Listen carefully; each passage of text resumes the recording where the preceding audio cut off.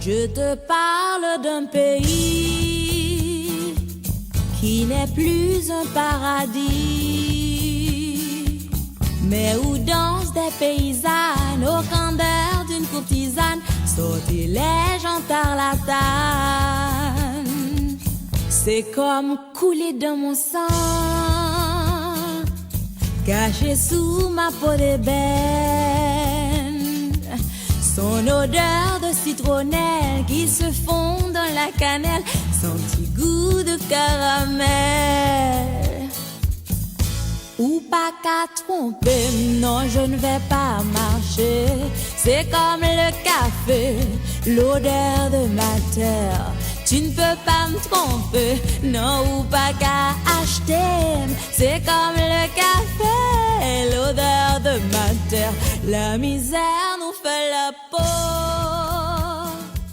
nous m'adonne en caraco.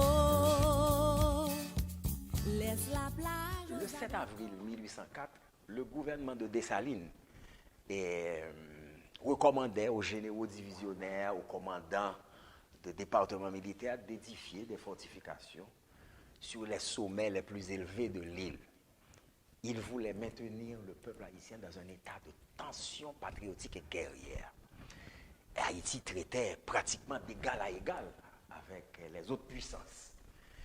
Et en effet, en moins de 20 ans, les Haïtiens vont mettre en place une nouvelle logique de défense. On va voir pourquoi. Qui était basée sur quelque chose de très simple. Ils voulaient brûler les plaines et les villes côtières, évacuer les populations vers des lieux de repli, des lieux de résistance qui se situaient à l'intérieur du territoire. Et ils voulaient en même temps verrouiller les axes de pénétration qui mènent vers ces lieux de repli. D'où, en 20 ans, ils vont mettre tout un chapelet d'ouvrages fortifiés sur le sommet des montagnes les plus élevées. Ce qui est totalement à l'encontre du dispositif de la colonie française, qu'on va voir pourquoi. Donc, Henri Christophe, qui était le chef de l'armée, entreprend la construction de cet édifice-là. Bon. Maintenant, pourquoi nouvelle logique de défense? Parce que dans le système colonial, qui était basé sur l'exploitation des plaines côtières, fertiles et accessibles, la colonie produisait une denrée spéculative qui était acheminée vers des entrepôts qui se situaient tout simplement sur le littoral. Et là où il y avait un entrepôt, ils construisaient une ville. Maintenant, ces entrepôts étaient sujets à des attaques, à des harcèlements de puissances rivales et de flibustiers. Donc, ils vont donc fortifier ces points. Et ils vont donc mettre en place un dispositif défensif au niveau du littoral, parce que c'était l'essence même du système colonial qui était mise en danger par ces attaques venues de la mer. Parce que Colbert disait que la colonie existait par et pour la métropole. Donc, cette denrée spéculative qui était capturée, entre guillemets, par des flibustiers et des puissances rivales était un danger pour l'existence même de la colonie. Donc, les baies de ces villes possèdent des chenaux d'accès qui étaient ponctués d'ouvrages qui pratiquaient un tir rasant sur l'eau, qui interdisait l'entrée de la baie. Je prends un exemple, la ville du Cap.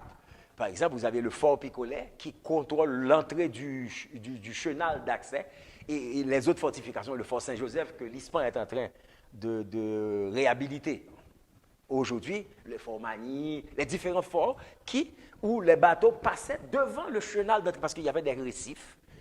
Et donc, ils contrôlaient, donc, ils pouvaient interdire l'entrée de ces baies. Donc, le dispositif défensif colonial était basé au niveau du littoral. Évidemment, plus tard, lorsqu'il va y avoir des remous sociaux, politiques au niveau de la colonie, ils vont vouloir fortifier des routes pour contrôler la production, parce qu'en fait, pour contrôler les plantations. Mais ça, c'est pratiquement à la fin de la colonisation. Donc, le dispositif défensif, il y avait des contradictions dans le système défensif colonial. Parce qu'en fait, la métropole qui finançait privilégiait le dispositif défensif au niveau du littoral. Donc, évidemment, plus tard, les villes seront ceinturées d'ouvrages, par exemple, comme Vertières, la Butte-Charrier, des différentes petites fortifications qui entouraient les villes pour empêcher que la ville soit prise en revers. Un ennemi pouvait toujours débarquer dans un point, parce qu'il savait, vu la multiplicité des voies de pénétration au niveau de la mer, qu'il était impossible de fortifier tout le littoral. Donc, un ennemi pouvait toujours débarquer plus loin et attaquer la ville en revers. Donc, du coup, il y avait le dispositif au niveau du littoral, mais qui n'était pas très complet dans la mesure qu'il fallait fortifier autour des villes. Donc, les fortifications autour des villes étaient très peu développées. Bon, donc le système colonial protégeait le produit, alors que le dispositif défensif haïtien protégeait la liberté. Donc, ils avaient, d'où ce que j'ai appelé tout à l'heure la nouvelle logique de défense, parce qu'il s'agissait de protéger la liberté. Donc, ils allaient brûler les plaines, toute la production et les villes côtières pour contrôler, comment dirais-je, évacuer la population vers des lieux de résistance à l'intérieur du territoire. Maintenant, on va voir quels sont les antécédents historiques qui vont mener à cette logique de défense haïtienne. Maintenant, je ne vais peut-être pas m'étendre parce que parce que on est très en retard, mais je vais vous dire l'essentiel quand même. Il se trouve que l'île d'Haïti avait reçu des vagues d'occupation humaine avant la venue des colons français. Il y avait des populations paléolithiques, c'est-à-dire je parle de la population amérindienne, des populations paléolithiques qui provenaient, ils disent, des pré-Mayas, avant la civilisation Maya, qui provenaient de Belize, Yucatan. C'était des chasseurs, cueilleurs, des nomades, et qui vont déverser, la population va se déverser sur les Antilles. Pourquoi? On ne sait pas. Les raisons des migrations peuvent être de toute nature. Une guerre, une denrée qui devient rare et qui va mener des populations à laisser un territoire pour aller vers... Mais on ne va pas s'étendre là-dessus. Cette population, cette première population occupait la frange côtière. Elle va être... Et se nourrissait de ce que j'appelle des ressources halieutiques dans la mer, les mollusques, le poisson, ce qui leur donnait des protéines et qui va augmenter le nombre de la population, qui va se faire ressentir au niveau de ces ressources qui vont devenir un peu plus rares. Et ces populations, à la recherche d'autres ressources, va pénétrer à l'intérieur du territoire, va commencer à pénétrer à l'intérieur du territoire par le biais des réseaux hydrographiques, c'est-à-dire des rivières. Et là, ils vont être en contact avec les galets, c'est-à-dire des pierres. Pendant 1000 ans, 2000 ans, des pierres dures, ils vont pouvoir identifier une pierre dure, une pierre tendre, avec telle pierre qu'on peut utiliser pour casser l'autre pierre, pour façonner un outil en pierre. C'est ce que j'appelle l'industrie lithique. Cette première population paléolithique va se muer, va évoluer, si je puis dire, en population archaïque, d'où l'âge archaïque. On a très peu d'informations sur ces populations de l'âge archaïque. On pense que c'est une évolution de la période paléolithique. Et plus tard, il va y avoir d'autres migrations. C'est ce que j'appelle l'âge mésolithique. Vous avez une population qui va provenir de l'Amérique du Sud et qui part, dont le berceau est le bassin de l'Orénoque, qui va déjà faire une pause migratoire dans les plateaux de la Guyane et du Venezuela. Et cette population va commencer à remonter, connaître la mer pendant 1000 ans, 2000 ans, et remonter la chaîne des petites Antilles et s'arrêter, des grandes Antilles, et s'arrêter à Porto Rico. Et là, cette première population qui connaissait des rudiments d'agriculture, de ce fait, ils vont commencer à domestiquer le manioc.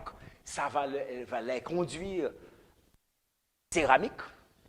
Donc cette première population avait eu un niveau d'organisation plus développé que la population paléolithique qui était des nomades. Donc il va y avoir des caciques simples qui vont évoluer vers des caciques complexes. Ça va se faire à Porto Rico. Et de Porto Rico, après cette pause, cette population va continuer à remonter et à venir en Haïti, qui occupait, si vous voulez, une place centrale dans l'arc des Antilles, donc une prête à recevoir des... Tout Haïti peut devenir le phare de la civilisation taïno. Pourquoi taïno? En fait, taïno, c'est une culture. La culture, parce qu'il y avait des populations de type arawak, que c'est, mais c'est une culture. Plusieurs niveaux de culture. Parce que, bon, on va pas s'étendre là-dessus, parce que ça, on sera là pour, je sais pas. Je fais attention pour ne pas m'étendre trop. Alors, donc, ils vont pénétrer par contrôler Hispaniola. Et là, ils vont, pour les populations archaïques, qui vont devenir des serfs dans les cacicas.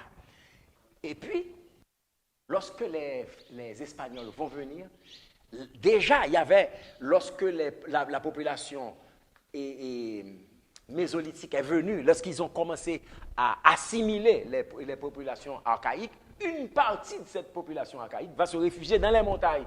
Ils vont constituer maniel. Le mot vient de l'espagnol manieles, c'est-à-dire des bastions de résistance. Une partie va être assimilée, tout comme je vous ai dit tout à l'heure, une autre partie n'était pas d'accord. Cette partie qui est en rébellion est allée se réfugier dans les montagnes. Ils vont constituer des bastions de résistance qui vont être plus tard alimentés par les populations africaines, mais on va y revenir. Donc, déjà, on a une population archaïque assimilée par les Taïnos. On a une population archaïque qui s'est réfugiée dans les montagnes et va constituer des bastions de résistance. Et vous allez voir pourquoi je vous dis tout ça, parce que le système défensif haïtien va justement s'inspirer de ces bastions qui est situé à l'intérieur du territoire. Mais avant de venir à ça, c'est que les Espagnols vont venir, la population amérindienne va être décimée pratiquement par la maladie, par les mauvais traitements, la maladie parce que les Espagnols vont amener avec eux des virus qui vont décimer la population. Et eux aussi vont transmettre des virus aux Espagnols. Et ils sont victimes aussi des travaux dans des mines de cuivre ou d'or. Donc cette population va être pratiquement décimée dans un laps de temps très court. Et les Espagnols font venir une première population africaine d'origine soudanaise. Les Peuls, les Toucouleurs, les Bambara, les Mandingues, les Wolof. Et une partie de cette population va se réfugier. Elle aussi, on connaît. Il y a un exemple qui est très connu d'une rébellion qui s'est effectuée dans l'habitation de Don Diego Colón, qui est le frère de Christophe Colomb. Et ces rebelles, je n'aime pas utiliser le mot marron, qui a une connotation un peu péjorative, parce qu'au bout du compte, l'un des grands problèmes d'Haïti aujourd'hui, c'est que nous avons assimilé le vocabulaire des plantations, qui est un vocabulaire, si vous voulez, on a indigénisé des outillages mentaux de la colonisation. Au bout du compte, lorsqu'on parle de marronnage, le marronnage fait référence à un maraudeur, un voleur, alors qu'il s'agit de la résistance. Il y a une résistance contre une évasion militaire, une évasion d'un territoire. Donc, le mot marronnage donne déjà une connotation. Oui, il faut faire attention au vocabulaire, donne une connotation péjorative. Alors, bref, pour revenir, donc, ces populations africaines vont venir pour remplacer cette main-d'œuvre qui a été pratiquement décimée. Et cette première population, donc, ces Africains vont se réfugier à l'intérieur, vont commencer à alimenter les manières qui existaient. Et il y a un lourd silence de l'histoire normative, de l'histoire officielle, sur ces centres de marronnage, de résistance.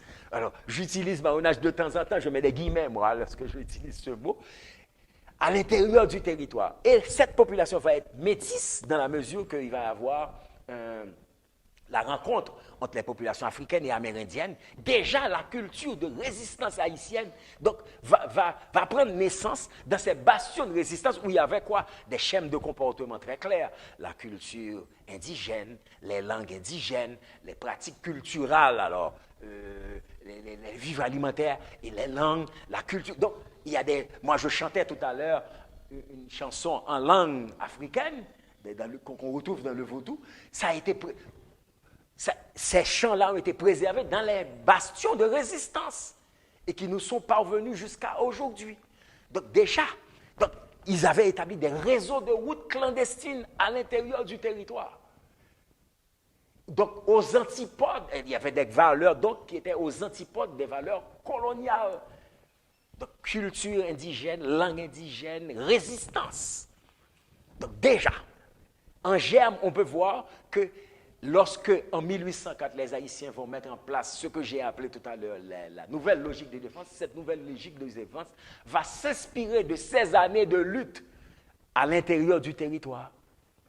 Les réseaux de résistance à l'intérieur du territoire. Voilà donc les antécédents historiques qui vont justifier le système défensif haïtien.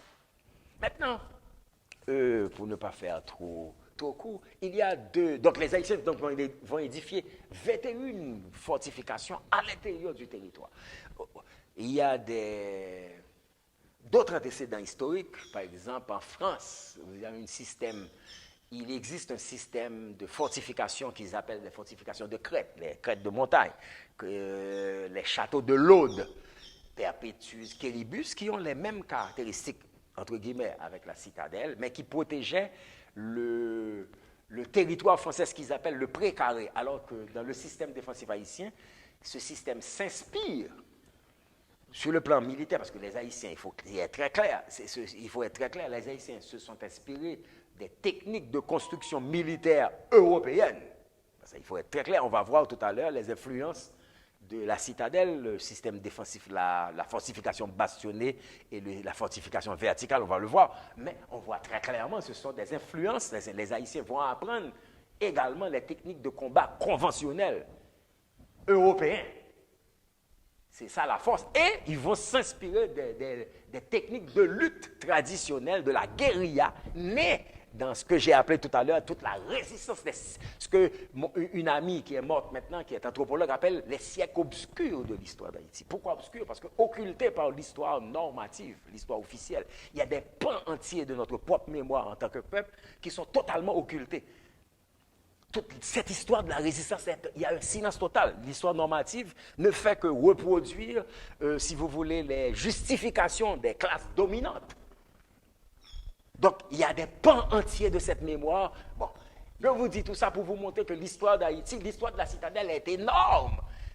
Ça vous montre vraiment ce que ça représente, ce système défensif qui est totalement occulté par l'histoire. On va voir tout à l'heure l'histoire lorsqu'on sera sans souci, l'histoire d'Henri Christophe. Vous allez comprendre quelque chose. Lorsque le régime de Christophe va s'effondrer, il y a des éléments qui vont être totalement effacés. Pour présenter, par exemple, en général, lorsque les gens viennent ici, ça c'est un mégalomane qui a fait un truc énorme qui ne sert à rien. Ça veut dire que la citadelle n'est pas mise dans son contexte. C'est-à-dire c'est un fou. Christophe était un fou qui s'est arrangé, qui s'est construit un machin. S'il fait beau temps, lorsqu'on sera sur la terrasse, je vous montrerai le fort Rivière. Pour montrer que la citadelle n'est pas un fort unique, qu'un fou comme Christophe a construit un machin avec des murs énormes. La citadelle rentre dans une logique de défense après l'indépendance. En général, lorsque les gens viennent, c'est un mégalo. Christophe est présenté comme un mégalo, un malade mental, qui s'est construit un machin qui ne sert à rien, qui était une prison. Vous voyez comment la citadelle est présentée. Donc, vous voyez la raison pour laquelle je vous ai raconté tout ça. Ça veut dire qu'il faut restituer l'histoire pour que les gens puissent comprendre que la citadelle a une charge qui est bien plus lourde. Maintenant, le gigantisme de la citadelle peut s'expliquer d'une autre manière. Les autres fortifications ont des formats un peu plus petits que ça. Le gigantisme de la citadelle s'explique du fait que lorsque Christophe devient roi, bon, on verra ça à sans souci, pourquoi et tout le bazar, et pourquoi ça s'appelle d'ailleurs une citadelle? Parce qu'une citadelle est un ouvrage fortifié qui défend une ville. Et derrière la citadelle, il y a le site des Ramiers, qui est un espace où on pourrait tirer sur la citadelle, donc il occupe, c'est un espace de repli par rapport à Sans Souci. C'est-à-dire, s'il y a une invasion militaire ou si Christophe perd par rapport à la République de l'Ouest, il fallait que son système, le gouvernement, l'administration, puisse se réfugier quelque part. Donc, ce serait à Ramiers, sous la protection de la citadelle. Donc, derrière, il y a un système résidentiel et puis avec des redoutes, c'est-à-dire des petites fortifications qui protègent le plateau pour empêcher des approches. Il y avait déjà à Ramiers ce qu'on appelle des obusiers, que je vais vous montrer plus tard. Ce sont des canons courts, donc il y a une portée, c'est-à-dire là où le canon peut atteindre, court, parce que c'est un canon à courte portée à cause que c'est un canon court.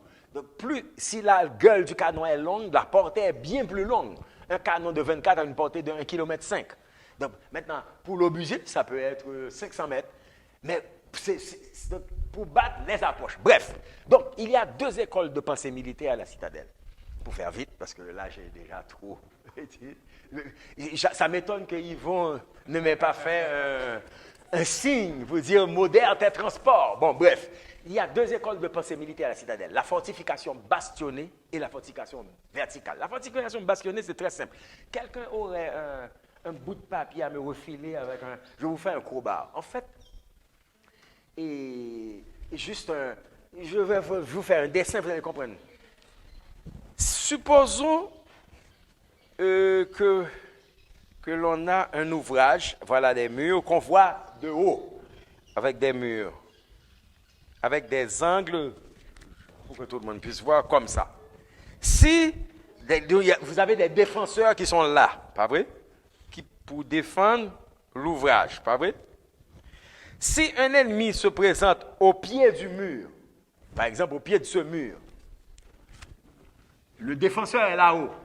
Si la personne qui est là ne veut pas être à portée de tir, c'est-à-dire je suis protégé derrière un mur, si je fais ça pour atteindre l'assaillant, vous êtes à portée de tir. Donc il y a forcément un angle mort. Si je reste derrière le parapet pour tirer, il y a forcément un angle mort. Si je fais une coupe, je dis, je peux prendre une autre page. Oups. Supposons, je peux prendre plus. Le tout haut. Par exemple, supposez que ça soit le mur, pas vrai? Et puis le défenseur est là. Donc, vous avez un angle mort comme ça. Donc pour éliminer l'angle mort, qu'est-ce qu'on va faire? On va faire une bastion. Ils vont faire ça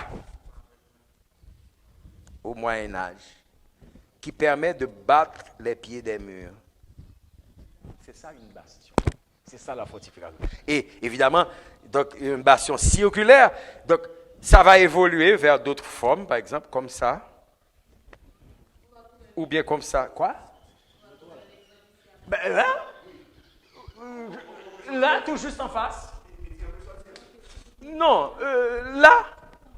Voilà, ça. Tout juste en face. Ça, non, le mur qui est là, en face, qui permet de battre le pied des murs. Par exemple, c'est comme ça. Ça permet de tirer là, de battre les pieds des murs. Non, ce mur qui est juste en face permet de battre les pieds des murs. Non, ça c'est un talus. Non, ce qui est au fond, au pied du mur, c'est ce qu'on appelle un talus. C'est un contrefort pour renforcer le mur. Mais moi, je parle de toute la bastion est cet élément vertical qui permet de battre ça, de permettre les pieds des murs.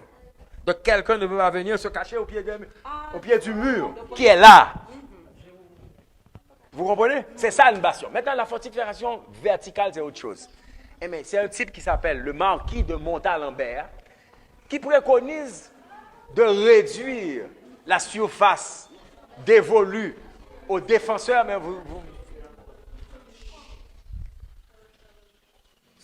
oui, le Montalembert préconise de réduire la surface de la défense et pour compenser cette perte, ils mettent des canons sur étage.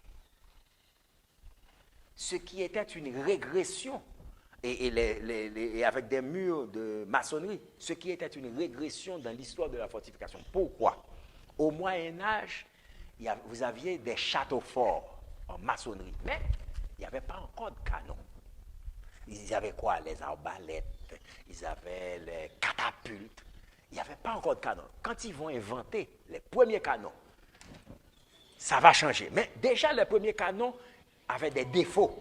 Ils ne pouvaient pas fondre un canon d'une seule pièce, un tube. un tube, parce qu'ils ne savaient pas comment faire, techniquement, pour fondre, enfin, pour couler un tube d'un seul tenant. Donc, il y avait deux parties qu'ils retenaient par des sangles métalliques. Donc, ce canon avait des défauts, déjà, et ne pouvait en aucun cas projeter un boulet de métallique. Ce premier canon projetait des boulets de pierre qui se fracassaient à l'impact. Lorsque vous projetez un boulet de pierre qui arrive à l'impact, la pierre s'effrite, se fracasse. Mais quand ils vont maîtriser les techniques de coulage, ils vont pouvoir couler un tube. Le boulet métallique va prendre naissance et à partir du boulet métallique, tout change. On peut arriver devant une place de guerre et tirer sur le mur et créer une brèche, faire un trou. Donc, on cesse de faire de la fortification en maçonnerie et les murs sont protégés par des matelas de terre. Le boulet va se ficher dans la terre et il multiplie des lignes défensives pour disperser les forces de l'ennemi. Ça change l'invention du canon et le boulet métallique change totalement toute la logique. Alors je remets toute la logique de la fortification. Donc Montalembert, lui, préconise de revenir avec les fortifications mécaniques. Donc il y a d'où la réticence des ingénieurs français à exécuter le projet de Montalembert. Mais Montalembert va trouver des applications en montagne, comme c'est le cas à la citadelle. Je ne dis pas que la citadelle est la seule fortification du type Montalembert, il y en a d'autres. Dans l'Essayon en France, dans le sud et dans l'est des États-Unis, il y a des fortifications du type Montalembert. Probablement, vous avez dû voir à la télé, ils font des jeux dans un fort qui s'appelle Fort Boyard, qui est en pleine mer, qui rappelle beaucoup la forme de la batterie Croix-David. Vous n'avez jamais vu ça dans télé, canal SAT. Il y a des jeux qu'ils font dans ce fort-là. Enfin, bref, ce n'est pas très important.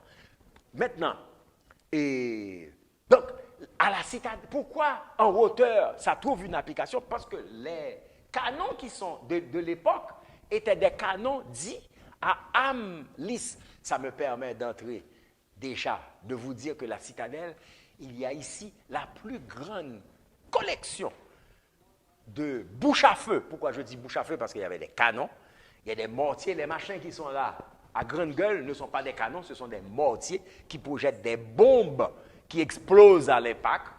Donc, il y a des obusiers, donc il n'y a pas que des canons, il y a des canons, c'est vrai, il y a des obusiers, il y a des mortiers.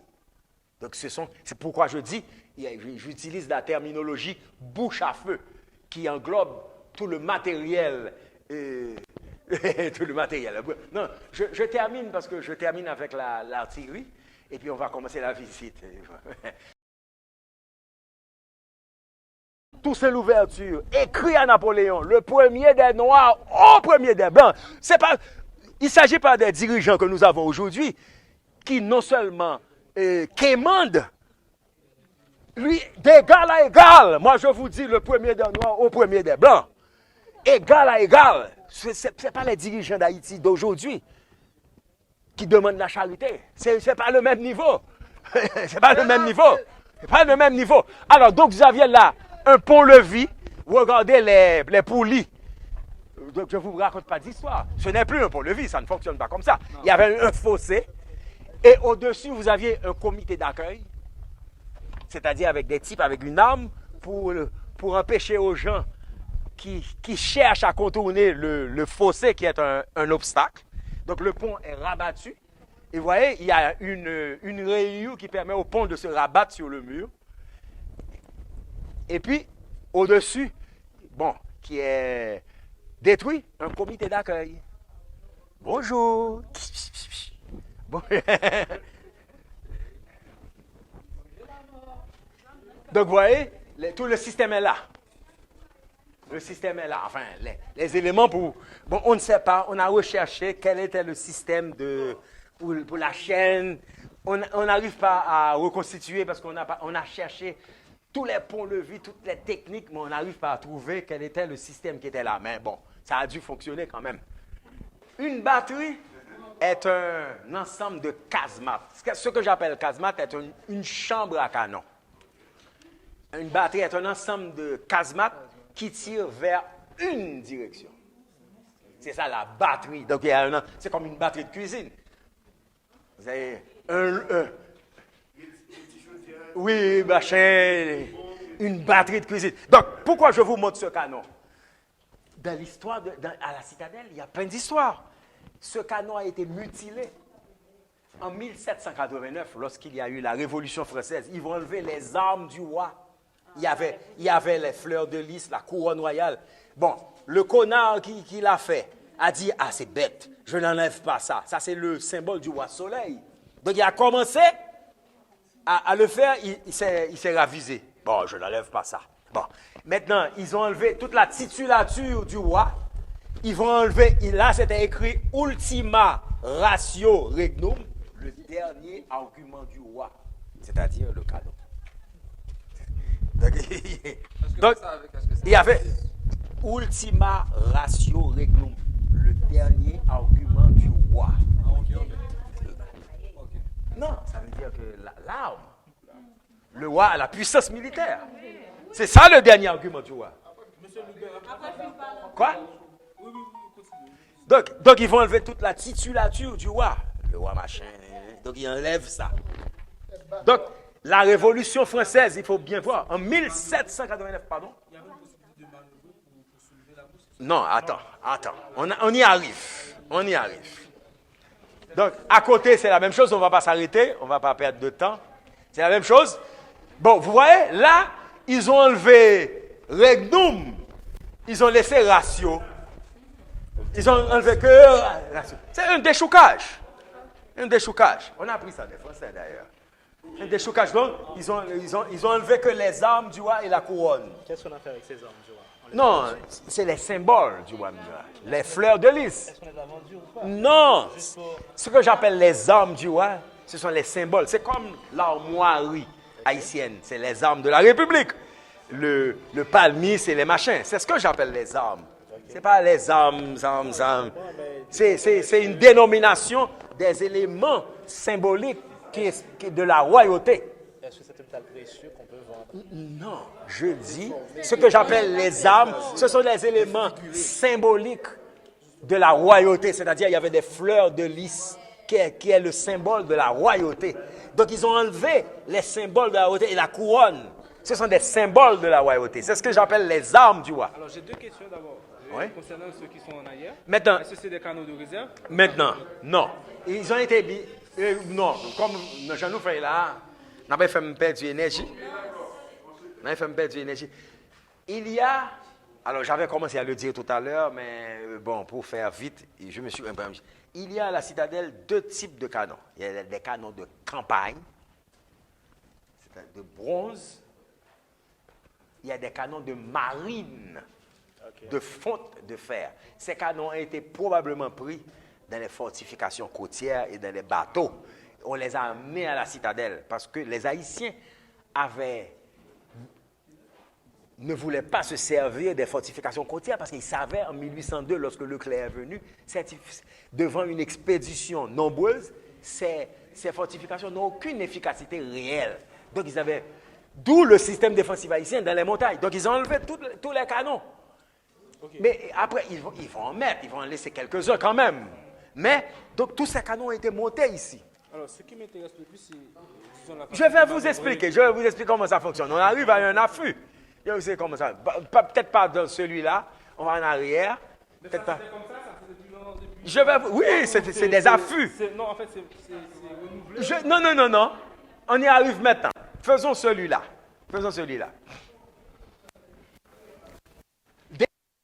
Je vous avais dit tout à l'heure que ça, c'est une casemate. C'est-à-dire une chambre à canon. D'abord, on a un affût, qui est un outillage qui permet de mettre le canon en position de tir. L'affût se compose de deux parties. Un châssis composé de deux longerons rails sur lequel glisse le chariot qui supporte le canon, avec un timon au centre. Ça, bon, le bout est avec... Il y avait une petite voûte, bon, maintenant comment dirais-je? Il y avait une table de pointage avec une petite voûte qui permettait le débattement du timon qui était fixé à l'aide d'un pivot métallique ici. Il y a un pivot métallique et qui fixait le matériel dans la maçonnerie. Il y avait un train de roulement avant, un train de roulement arrière. Donc le canon pouvait, l'affût pouvait faire ça. Donc pour avoir des angles de tir.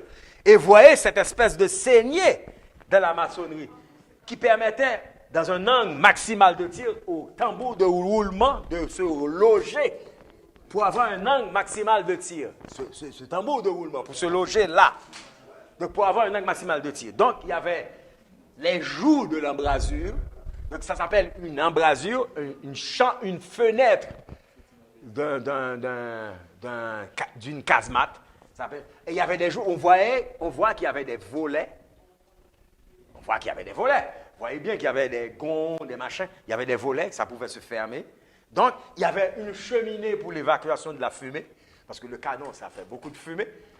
Selon les spécialistes, ça ne suffit pas.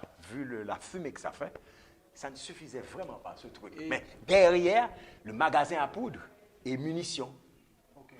Munitions et magasin. Alors, maintenant, je veux voir, en fait, Maintenant, la portée de ce canon. Maintenant, comment on fait?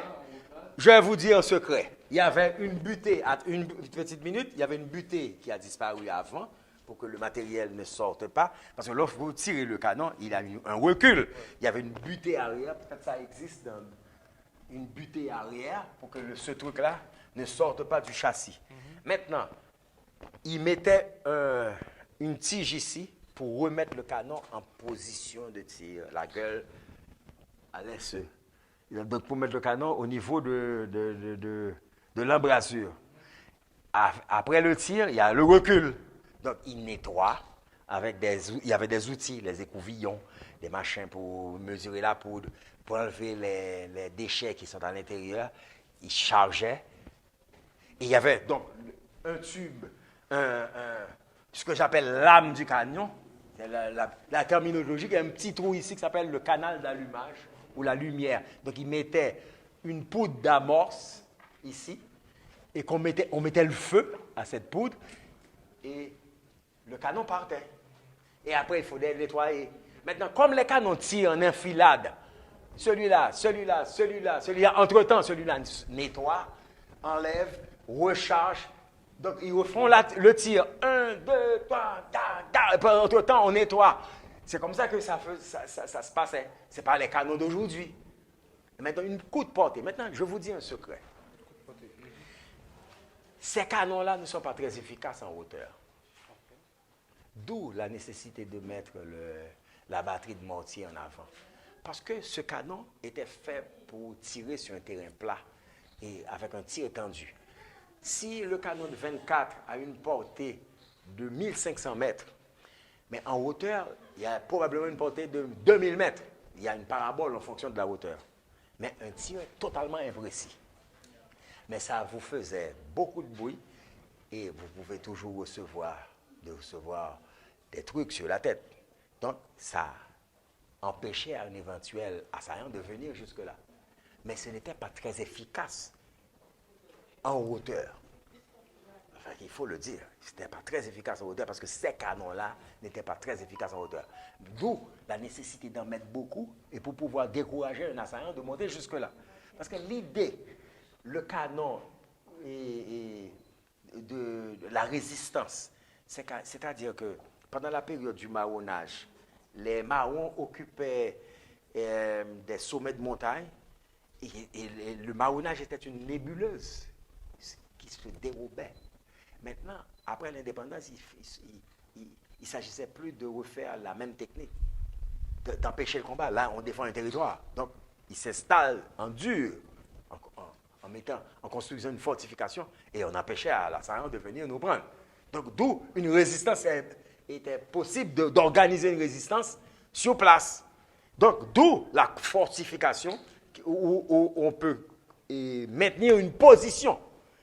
Mais avant, il n'y avait pas de position, on s'enfuyait. Et pour attaquer l'ennemi de manière inattendue. Vous voyez? On continue. Oui. Il n'y a pas vraiment moyen de viser. Non, c'est-à-dire que, par exemple, si jamais il y a une attaque, ils envoient des boulets. Ils balancent des boulets.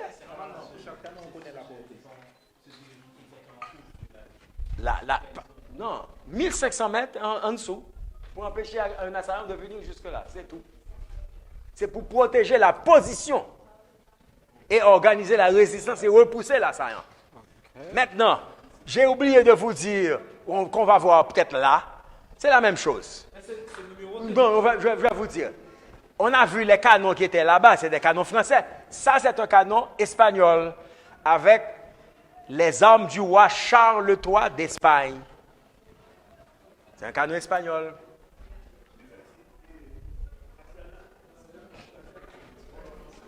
On avance parce que... Là, on va s'arrêter là parce que ça, c'est intéressant. Ça, c'est un canon anglais.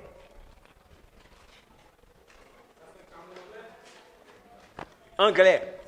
C'est écrit en français parce que tous les rois étaient cousins. Et le français, à l'époque, était la langue diplomatique. Et je vais vous raconter l'histoire. C'est anglais. Maintenant, avec ce qu'on appelle l'ordre de la jarretière. La jarretière était une espèce de... Comment je peux appeler ça? Quelque chose pour attacher les trucs des femmes de l'époque. Ils avaient ce qu'ils appellent une jarretière. C'est comme une espèce de bout de pantalon long en dessous de la robe. Donc il y avait si on peut dire. Donc ils avaient un petit ceinturon comme ça pour attacher la jarretière. Oui, pour attacher la jarretière. Maintenant, un jour, une femme à la cour du roi Georges II perd sa jarretière qui tombe. Et tous les hommes, alors, le roi, ayant vu la jarretière, le roi se lève, récupère la jarretière et restitue cette jarretière au propriétaire. Tous les hommes à la cour se mettent à rire parce qu'ils avaient interprété le geste du roi comme une invitation à partager son lit. Et le roi leur dit, « Honni soit qui mal y pense. » Et pour se venger, il crée l'ordre de la jarretière. Parce que toute la cour s'est mise à rire du roi interprétant son geste comme une invitation à demander à la dame de venir partager son lit. Donc, il se venge, il crée l'ordre de la jarretière et les hommes sont obligés à la cour de porter une jarretière avec honni, soit qu'il mal y pense dessus, écrit. C'est ce qu'il appelle l'ordre de la jarretière. Le roi Georges II d'Angleterre. C'est intéressant, hein? Mais je vois que les femmes rigolent. Quoi? Non, c'est un... Comment j'appelle? C'est quand vous faites partie de la cour, lorsque vous vous présentez à la cour, il y a si vous êtes duc ou vous avez des machins qui... et c'est pas des machins, c'est des décorations. C'est pas ça le vrai mot.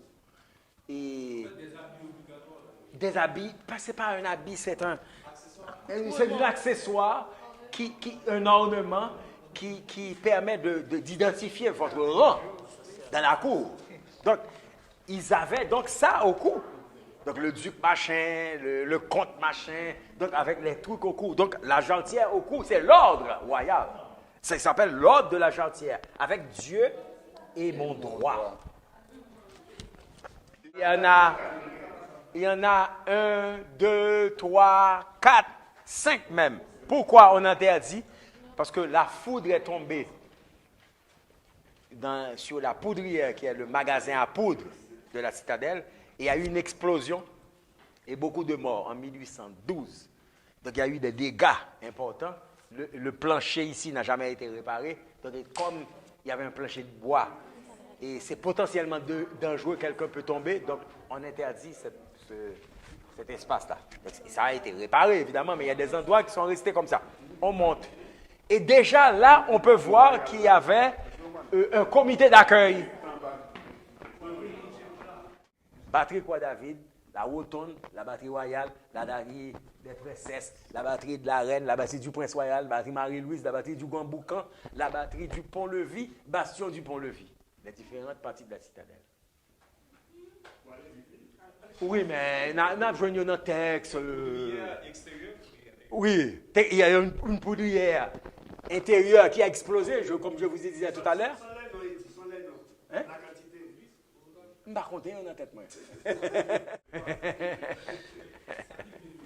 Oui.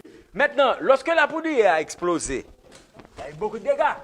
Il y a eu des changements. Oui, un escalier qui mène nulle part. Parce qu'il y avait il y avait des combles, une mansarde. Et là, l'ISPAN a opté avec l'UNESCO pour un choix esthétique. Étant donné qu'on ne peut pas reconstituer cette partie-là, déjà une anomalie. Cette partie du bâtiment se trouve en face du palais du gouverneur, qui architecturalement est une anomalie. Donc ils ont fait des changements. Ils étaient obligés de faire des changements. Donc après l'explosion de la poudrière, beaucoup de dégâts, ils ont fait beaucoup de changements. Donc il y a une phase qu'on ne peut pas reconstituer. Donc cette partie-là, on a opté pour un élément très esthétique. Mais ce n'est pas une partie, je dirais, ce n'est pas une reconstitution totalement historique. On a opté pour l'esthétique, c'est très joli. Très joli. OK? Ici, on voulait en faire une salle de conférence. Mais ça, Quoi? Mais ça fait partie du quartier des officiers. Le quartier des officiers. Oui, ça fait partie du quartier des officiers. On sort, oui, tout le bloc. Le quartier des... on sort par là. Oui? Il y a une petite oubliette là, n'est-ce pas? Deux oubliettes. Non. Oui, c'est des espaces qui ont rapport avec le quartier des officiers. Par contre, pas de prison là. C'est pas prison. Pas prison? Ah, prison. Espace de détention. Attendez.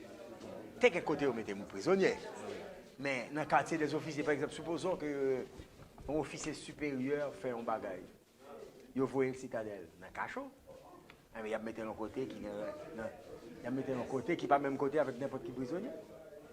Parce que c'est son militaire.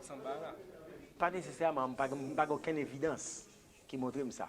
Je ne peux pas inventer un bagage qui est comme une évidence pour lui. Comprenez bien. Pas rien pour étayer que c'est des cachots. Rien ne permet d'étayer. Ça, c'est batterie royale, la batterie. On n'a pas fait le tour, on n'a pas fait là. Ok. Maintenant, on peut voir les éléments dedans. Ça n'a pas de sens. Ça n'a aucun sens. Bon, on peut faire mes protocoles. Bon, il y a... Ils ont... Qu'est-ce que c'est que ce truc? Et c'est... Vous voyez, il y avait une cheminée. Ça faisait froid. Et... Bon, en principe, on peut ressortir ici.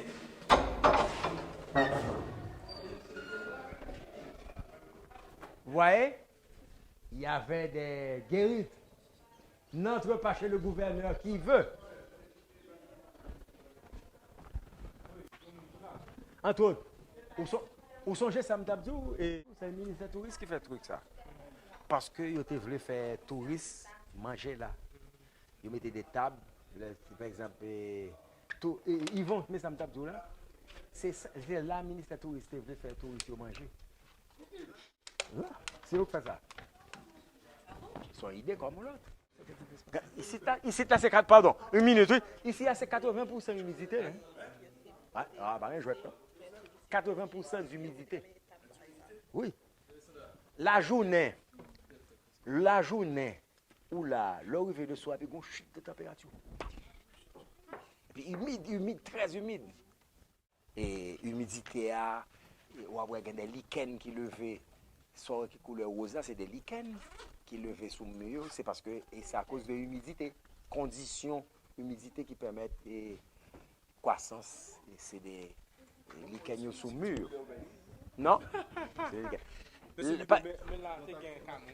Oui, ça sont batteries. Par exemple, la batterie du Pont-Levis. La batterie du Pont-Levis? Oui.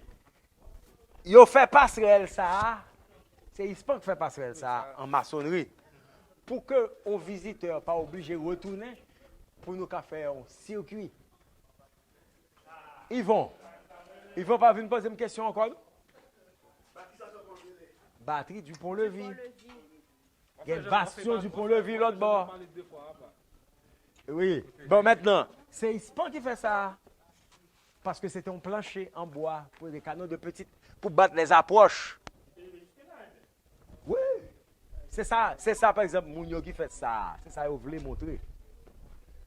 Ils fait ça comme un témoin pour montrer pour qu'ils sont arrivés jusque-là. Ils sont témoins. Comme ils fait la maçonnerie, ils fait une maçonnerie brute pour bien montrer. Quoi? Oui, mais tout poteau en face ou regardez. Mais tout poteau. Elle dit 1842. Non, plancher a disparu, toiture a disparu, barrel a abandonné, tout barrel ça a disparu. Ok. Bon, écoute, charpente ça, c'est pas fait. Mais charpente, l'autre bois, tout ça a disparu. Bon, montrons une pièce de bois qui montrait que c'était à Cajou pays, qui jusqu'au n'y a là. Batterie royale, batterie niveau 5. Si nous devons rentrer là, malheureusement, ils se prennent, ils mettent des machines là, et ils vont quitter la visite. Mais ça c'est intéressant pour faire circuit, c'est ça. Moi-même, tiens, est-ce que vous faites ça? Ça est intéressant. Bon, ils stocké matériel. Et la solidarité entre les directeurs. On a qu'à entrer dedans. Ah, connais la jeune Claire. Mettre les messieurs là. Bon, maintenant, pour la rotonde. Oui, à l'extérieur. Ça s'appelle une rotonde. Pour qui ça? À cause de la forme. Maintenant, pour qui ça en rotonde? Ils ont fait batterie ça pour relier batterie ça. Et c'est ça qui fait que nous pensons que Citadelle a un format qui est totalement différent. Là, ils ont décidé de faire bastion ça. Ils ont fait partie ça pour relier ça à ça. Nous-mêmes, nous pas qu'à reconstituer qui charpente qui était là. Nous avons poteau, campé, nous pas rien. Toute charpente que nous faisons là, il a dit c'est imagination. Pas aucun témoin qui permet de nous faire reconstitution ça. Donc, nous faisons étanchéisation au sol. Avec un caniveau central pour évacuer de l'eau. Nous faisons choix ça. Mais tu as des essais de dessins qui fait, nous simplement nous estimons que. Il t'a pas accusé, non, charpente comme ça. Il t'a pas accusé, nous faire ça relais du violet le duc. Hein? Ça, c'est oui, bien sûr. Pour montrer que comme tu as des rails d'affût. Dans le rail là, tu as un métal qui permet un meilleur coulissage de roue à flux. Donc nous mettons. Pour montrer. Mais bien, il y a un bateau nous qui fait. Tu as un canot là. Tu as un regardez, à preuve, ouais, regardez, dans le mur qui montrait tu as un affût. Il y aurait laissé ça une batterie à barbette dans la terminologie militaire de l'époque. Parce que canon pas tiré dans embrasure. On allait.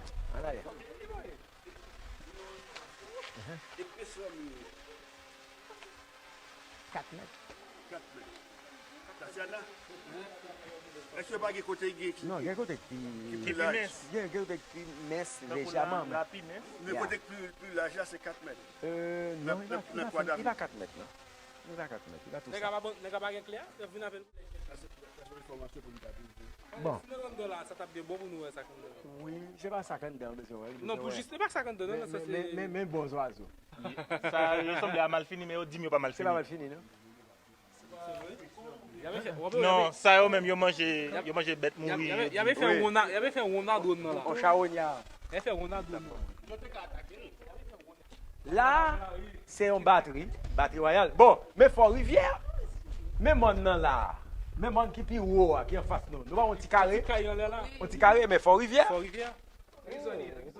Et Saint-Raphaël, entre Saint-Raphaël et Dodon. Et Fort-Rivière. Et on va suer, on va arriver là. Ah, Sou bagen des jarrets solides. Est-ce que tu as estimé jusqu'à bon boulet tout arrivé? Ni pas monter là non mon cher. Alex! Est-ce que tu as estimé jusqu'à bon boulet tout arrivé? Non, je ne peux pas dire tel côté. C'est ma bonne portée, bon 1500 mètres. 1500 mètres à côté. Il est là en bas, il va aller vite. Il est là en bas. Là en bas. Parce que moi, quand on allait là, beaucoup plus loin. Moi, ça m'a regardé là, en pile érosion. En pile érosion. En pile. Monsieur Yvon, Oui. quel document m'a regardé? Imaginez ça, c'était forêt, monsieur. Forêt. Mais est-ce pas de possibilité? Ouais, comment Haïti a? T'as dit ça, non? Oui, quel document? Ils font. Monsieur Tapson, Oui, quel document m'a regardé qui dit citadelle là sur 4 communes, bien qui dit sur 3, bien qui dit. le nous arrivé, pas citadelle là, non? Parc là. Parc là, ouais.